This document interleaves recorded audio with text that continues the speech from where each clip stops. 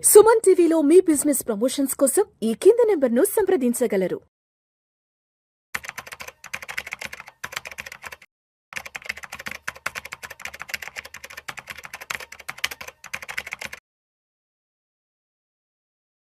గిరిబాబు గారు నమస్తే సార్. నమస్తే అండి. Welcome to Vishnu talks. So Giribabu గారు మొన్న ఒక వీడియోలో ఒక అతను కింద కామెంట్ రూపంలో ఒక తన రిక్వైర్మెంట్ ఏంటన్నది ఒక అతను పోస్ట్ చేశాడు సార్. ఒకసారి చదువుతాను. ప్లీజ్. నేను ప్రతి నెల ఒక 10,000 రూపాయలు ఎస్ఐపి మోడ్లో ఇన్వెస్ట్ చేద్దాం అనుకుంటున్నాను. కానీ ఒక సింగిల్ అసెట్ క్లాస్లో కాదు, ఒక 3-4 అసెట్ క్లాసెస్లో నెలకి 10,000 రూపాయల చొప్పున ఎస్ఐపిలో ఇన్వెస్ట్ చేద్దాం అనుకుంటున్నాను. సో ఏ అసెట్ క్లాసెస్లో ఎంతెంత అమౌంట్ని నేను కంట్రిబ్యూట్ చేసుకోవాలంటే కూడా అడుగుతున్నారు. కాబట్టి మరి నెలకి ఒక 10,000 రూపాయలు ఎస్ఐపి మోడ్లో పెట్టుకోవాలంటే ఒక 3-4 అసెట్ క్లాసెస్లో ఎలా డైవర్సిఫై చేసుకోవాలి అమౌంట్ని? యాక్చువల్గా ఇప్పుడు 2020 తర్వాత చాలా అన్ఫోర్చునేట్ సిచ్యువేషన్ చూసాం మనం. సో ప్రతి ఒక్క చిన్న వ్యక్తికి కూడా ఎస్ఐపి అనే పదం చాలా బహుళంగా వెళ్ళిపోయింది జనాల్లోకి, వెళ్ళిపోయింది. సో ఎస్ఐపి అనేది ఒక మంచి సొల్యూషన్ లాగా అర్థమవుతుంది అందరికి. ఎస్ఐపి అంటే systematic investment plan, that's all. అది మ్యూచువల్ ఫండ్ ఒకటే అవ్వక్కర్లేదు. రీసెంట్ గా ఒక గురూజీ దగ్గర కొన్ని ప్రవచనం విన్నప్పుడు, మీకు లైఫ్ లో 3 ఎస్ఐపిలు ఉండాలి. ఒకటేమో ఎప్పుడు నవ్వుతూ బ్రతకాలి, ఫస్ట్ ఎస్ఐపి అంటే ఆ నవ్వుతూ ఉండే దాంట్లో మీరు ఇన్వెస్ట్ చేస్తూ వెళ్ళండి అనేది చెప్పడం ఉద్దేశమైంది. చాలా బాగా అనిపించింది. సో ఎస్ఐపిని ఈ విధంగా కూడా మన కొంతమంది గురూజీలు ప్రవచనాలు చెప్పేవాళ్ళు వాళ్ళ ఎస్ఐపి అనే ఒక కాన్సెప్ట్ తీసుకెళ్తున్నారు. సో అట్లా ఈ వ్యక్తికి ఒక 10,000 రూపాయలు, అంటే చూస్తుంటే అతను చాలా చిన్న ఎంప్లాయ్ లాగా ఉన్నాడు. సో వాళ్ళకు నేను 10,000 రూపాయలు సేవ్ చేయాలి నాకు ఆలోచించిందే. That is very very important. ఇప్పుడు చాలా మంది ఎందుకు వెల్త్ క్రియేట్ చేయలేకపోతారు? మెయిన్ ప్రాబ్లం ఏంటంటే, ఫస్ట్ ఆఫ్ ఆల్ ఈ మ్యూచువల్ ఫండ్కి వచ్చేసి ఇది చాలా వొలటైల్ గా ఉంటుంది. సో వీళ్ళు పెట్టగానే నాకు అందరూ 12%, 15% వస్తుందని చెప్తున్నారు కదా, మరి నాకు నేను 6 months అయింది, ఎక్కడ నా 12%, ఎక్కడ 15% వెతుకుతూ ఉంటారు. పడిపోతుంది, యుద్ధం వస్తుందంట, ఇవన్నీ వాళ్ళని డిస్టర్బ్ చేస్తూ ఉంటాయి. ఫియర్స్ అన్ని ఇంకా నయం, ఇప్పుడు మీరు ఒక 3 years బ్యాక్ వెళ్తే చాలా వరకు ఫండ్స్ పోస్ట్ కోవిడ్ ర్యాలీలో 30-40 కూడా ఇచ్చిన చూసాం. నాకు ఫోన్ చేసి మీరు ఎంత ఇస్తారు రిటర్న్ అడుగుతాను. నేను ఇవ్వడం రిటర్న్ అంటే నేను మామూలుగా డబల్ డిజిట్ వస్తుందండి అంటే, ఎందుకు కొంతమంది 30 ఇస్తున్నారు కదా, 40 ఇస్తున్నారు, వాళ్ళు ఇవ్వడం ఫండ్ మేనేజర్ అది అసెట్ క్లాస్ కంపెనీ ఒకరు ఇవ్వడం కాదండి. ఆ ఫండ్ అలా పెరిగింది, మళ్ళీ నెక్స్ట్ 3 years 5 years అలా పెరుగుద్దని ఎక్స్పెక్ట్ చేయొద్దు. అంటే వాళ్ళ అవగాహన ఎలా ఉంటుందో చెప్తున్నాను మీకు నేను.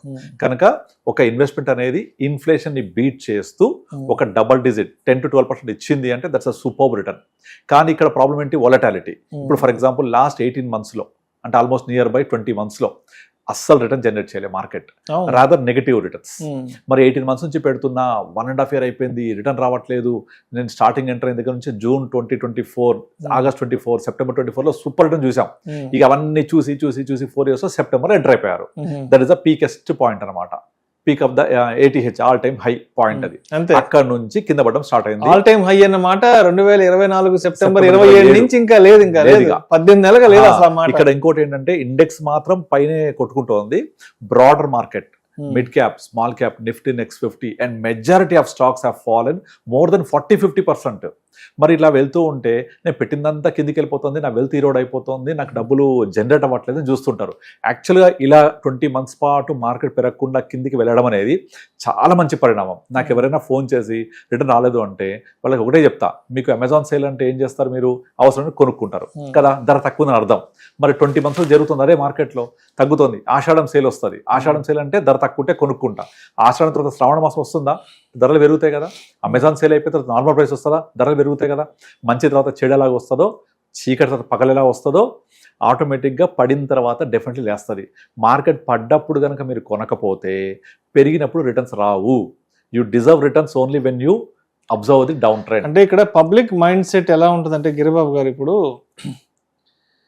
ఆషాఢం సేల్స్ వచ్చినప్పుడు చీరలు ధరలు తగ్గితే అప్పుడు వెళ్ళి కొనేద్దాము, డిస్కౌంట్లు ఉంటే కొనేద్దాము, లేదంటే ఏదైనా సరే ధర తక్కువలో ఉన్నప్పుడు కొందాం అనుకుంటారు. కానీ ఒక్క ఈక్విటీ మార్కెట్స్ వచ్చేటప్పటికి ధర తక్కువగా ఉన్నప్పుడు ఎంటర్ అవుదామని ఎవ్వరు అనుకోరు. అందుకనే ఇండియాలో దాదాపుగా మార్కెట్ అంతా బాగుంది, పచ్చగా ఉంది. ఈనాడులో హెడ్డింగ్ న్యూస్, పరిగెడుతున్న మార్కెట్లు, మదుపరుల సంపద ఎంత సృష్టించబడిందని చెప్తుంటారు కదా, అప్పుడు ఎంటర్ అవుతారు. ఇక కుప్పగుల్ల మార్కెట్ని పలానా భయాలు ముంచెత్తాయి, ఇంత మదుపర సంపద ఆవిరి ఆ న్యూస్ వచ్చినప్పుడు మొత్తం బయటకు వెళ్ళిపోతారు. సో హైలో ఎంటర్ అయ్యి లోలో బయటకు వచ్చేస్తారు. యాక్చువల్ రివర్స్ చేయాలి దీనికి. అయితే ఇప్పుడు నేను ఎందుకు ఇదంతా చెప్తున్నాను అంటే, ఇప్పుడు ఈ వ్యక్తి నేను డిఫరెంట్ అసెట్ క్లాసెస్లో డివైడ్ చేసుకుంటాను చెప్పాడే, అలా చెప్పడం యొక్క ఉద్దేశం ఏంటంటే ఎప్పుడైనా మార్కెట్ పడ్డప్పుడు మరో అసెట్ క్లాస్ నన్ను కాపాడుతుంది. అందుకని ఈ అసెట్ క్లాస్ అనే ఒక పాయింట్ వచ్చింది. కనుక మనకు బేసికల్గా ఒక బ్రాడర్గా 3 అసెట్ క్లాస్ ఉంటాయి: ఈక్విటీ, డెట్, కమోడిటీస్ లేదా బ్యాలెన్స్ కేటగిరీ. బ్యాలెన్స్ అంటే మళ్ళీ equity plus debt is equal to balance. అలా కాకుండా బ్రాడర్గా చెప్తే కమోడిటీ అంటే గోల్డ్, సిల్వర్ లాంటివి, తర్వాత ఈక్విటీ, తర్వాత డెట్.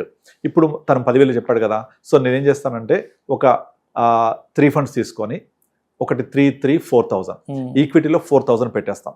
ఆ 4,000 మళ్ళీ 2 ఫండ్స్గా డివైడ్ చేస్తాను. 2,000 ఒకటి మిడ్ క్యాప్, ఒకటేమో లార్జర్ మిడ్ క్యాప్, కొంచెం స్టెబిలిటీ ఉంటుంది. ఇంకొక 3,000 pure debt fund, floater interest funds. ఇంకొక 3,000 ఇంటూ మెటల్ ఫండ్.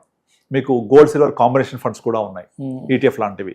ఇందులో పెట్టేస్తే మీకు ఎప్పుడైనా ఈక్విటీ డౌన్ అయితే డెఫినెట్లీ మెటల్స్ పెరుగుతాయి, అక్కడ మేకప్ అయిపోద్ది. అండ్ డెట్ ఎప్పుడు స్టెబిలిటీ ఇస్తుంది, స్థిరంగా ఒక 5-6% ఫిక్స్డ్ ఇన్కమ్, 5-6% మించి ఎక్కువ రాదు, అది వస్తూ ఉంటుంది. అంటే డౌన్ సైడ్ ప్రొటెక్ట్ అవుతూ ఉంటుంది. అలా చేయడం వల్ల కన్జర్వేటివ్గా డెఫినెట్లీ ఒక 8-9-10% అనేది జనరేట్ చేయొచ్చు. అంటే ఇక్కడ ఏమవుతుందంటే నా డబ్బులు పెట్టిన దానికంటే పెరిగే ఉన్నాయి, ఎక్కువ అవుతుంది అని ఒక హ్యాపీ ఫీలింగ్ ఉంటుంది. కానీ వెల్త్ క్రియేట్ కాదు ఇలాంటి కన్జర్వేటివ్ పోర్ట్ఫోలియోస్ తోటి. కనుక అసెట్ మనం ఎప్పుడు బైఫర్కేట్ చేయాలి. అందులో దీనికోసం మల్టీ అసెట్ ఫండ్స్ అని కూడా ఉంటాయి. అందులో ఎలాగో 60% ఈక్విటీ, 20% డెట్, 20 మెటల్స్ కూడా ఉంటాయి. అలా కూడా ఒక ఫండ్ యాడ్ చేసుకోవచ్చు. మనమే మల్టీ అసెట్లో డివైడ్ చేసే బదులు మనం ఇలా కూడా డివైడ్ చేసుకోవచ్చు. ఈ ఏదైతే డెట్ ఉందో మన ఎమర్జెన్సీ ఫండ్ లాగా వాడుకోవచ్చు, దాన్ని అవసరం ఉంటే విత్డ్రా చేసుకోవచ్చు. లేదా దీన్ని ఎప్పటికప్పుడు రీబ్యాలెన్స్ చేస్తూ ఉంటాం. మేము ఏం చేస్తామంటే డెట్ కనుక ఒక కన్సర్వేటివ్ పెరిగిన తర్వాత డెట్ ఫండ్లో తీసి ఈక్విటీకి మూవ్ చేస్తూ ఉంటాం. లేదా ఈక్విటీ బాగా పెరిగితే దాన్ని ప్రాఫిట్ బుక్ చేసి ఓవర్ పీరియడ్ ఆఫ్ టైం మళ్ళీ డెట్లోకి మూవ్ చేస్తుంటాం. ఇట్లా దీన్ని మనం చేస్తుంటాం. కానీ 10,000 రూపాయలతోటి కూడా లాంగర్ టర్మ్లో ఉండి మీరు కంటిన్యూస్గా ఇన్వెస్ట్ చేస్తూ పోతే డెఫినెట్లీ మంచి వెల్త్ క్రియేట్ చేసుకోవచ్చు. ఇదేంటంటే అందరికీ అఫోర్డబుల్ కైండ్ ఆఫ్ ఇన్వెస్ట్మెంట్. ఎందుకు చెప్తున్నానంటే చాలా మంది ఇప్పుడు పెద్ద అమౌంట్స్ లైక్ 50,000 ఎస్ఐపి, 1,00,000 ఎస్ఐపి, 10 లక్షలతో స్టార్ట్ చేసేవాళ్ళు వోలటాలిటీ గురించి పెద్దగా ఇబ్బంది పడరు, ఎందుకంటే ఆల్రెడీ వాళ్ళు ఒక రేంజ్కి వచ్చేసి ఉంటారు. కానీ చిన్న అమౌంట్స్ చేసే వాళ్ళకు ఏ చిన్న అవసరమైనా కూడా ఇక్కడ డబ్బులు తీసేస్తూ ఉంటారు. అందుకని వీళ్ళు వెల్త్ క్రియేట్ చేయలేదు. 2 ప్రాబ్లమ్స్: ఒకటి మార్కెట్ వోలటాలిటీ, 2 అవసరాలు. అవసరం పడగానే ఫస్ట్ కనిపించేదే మ్యూచువల్ ఫండ్. అందుకే ఇప్పుడు చెప్తూ ఉంటా, liquidity is the biggest enemy for mutual funds. మీరు ల్యాండ్ కొంటారు, అమ్ముతారా ఇమీడియట్లీ? బటన్ కొట్టగానే సేల్ అయిద్దా? కాదు. ఈ రోజుల్లో అయితే సంవత్సరమైనా అమ్ముడు పోవట్లేదు. కనుక ల్యాండ్ అలా ఉంచేస్తారు, వదిలేస్తారు, కాబట్టి అది పెరుగుద్ది తెలియకుండా. బట్ మ్యూచువల్ ఫండ్స్ వచ్చేప్పటికి బటన్ కొట్టి తీసేస్తారు. ఇవాళ బటన్ కొడితే ఎల్లుండి పొద్దున అకౌంట్లో పడుతుంది. So liquidity is the biggest enemy. అందువల్లనే మీకు వెల్త్ క్రియేట్ కాదు. దాన్ని మనం రిట్రైన్ చేసుకోవాలి అలా తీయకుండా. రెండోది, ఇట్లా అసెట్ క్లాస్ లాగా డివైడ్ చేసుకుంటే మార్కెట్ పడ్డా కూడా మనకు పెద్దగా ఇది అనిపించదు. జనరల్గా ఏం చేస్తారు, అరే కొంచెం ఇన్వెస్ట్ చేసి 6 months అయింది పెరగలేదు, 1 year అయింది పెరగలేదు ఫీల్ అవుతుంటారు. అలాంటి ఇబ్బందికర పరిస్థితుల్లోంచి ఇలాంటి అసెట్ క్లాసెస్ మనల్ని బయటపడేస్తాయి. కనుక మనకు ఒక స్టెబిలిటీ అనేది ఇస్తుంది ఇలాంటి అసెట్ క్లాసెస్.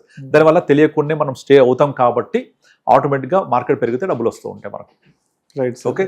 సో 33%. దాంట్లో ఈక్విటీ కొంచెం ఎక్కువ కాబట్టి నేను 4,000 ఈక్విటీలో, ఒక 3,000 ప్యూర్ డెట్లో, ఒక 3,000 మెటల్స్ లేదా మల్టీ అసెట్లో పెట్టేసేయచ్చు. Right sir. Thank you sir. Thank you so much Gurubabu garu. Thank you.